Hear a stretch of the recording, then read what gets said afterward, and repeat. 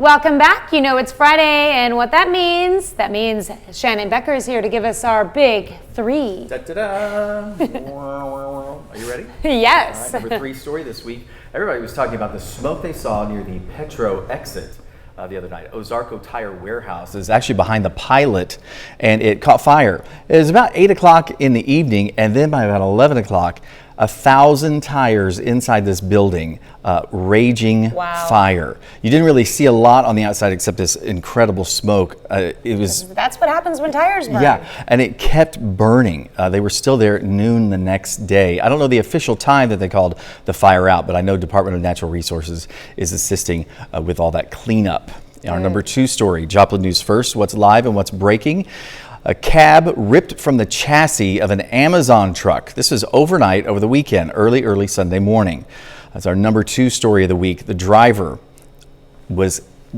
Amazon driver hit the back of this trailer. You can see that there. It's a trailer full of axles that would come off of a semi-tractor trailer. So you can see the cab is off. The driver, non-life-threatening injuries, both drivers. So amazing, absolutely amazing. But it goes to show wearing your seatbelt what could happen. That could explain why my package is late. Maybe, perhaps. Our number 1 story. Now, I don't know if I can I blame Chris about this one? The possibility of Whataburger coming to Joplin. So, where it would be is the former Captain D's location or Taco Hut. Both were right there in that same area. There's now a drainage creek there.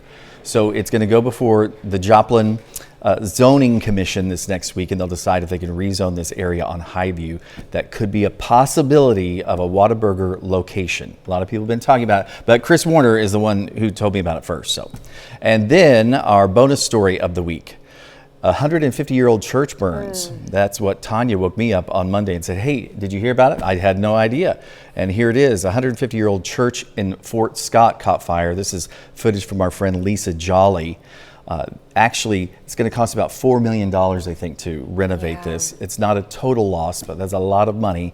They're part of the Wichita Catholic Diocese.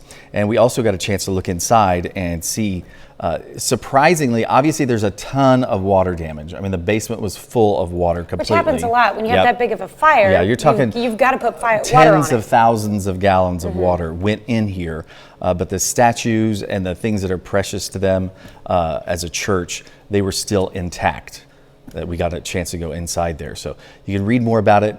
KOAM News Now on our Joplin News First tab. Check out our website. 1870. Yeah. Wow. They dedicated 1872. 1872. Yeah. The church actually started in 1860, and they have a school there, a K through 6, and a preschool. It's a really active church in the community. So I know everyone's rallying around them right now. Yeah.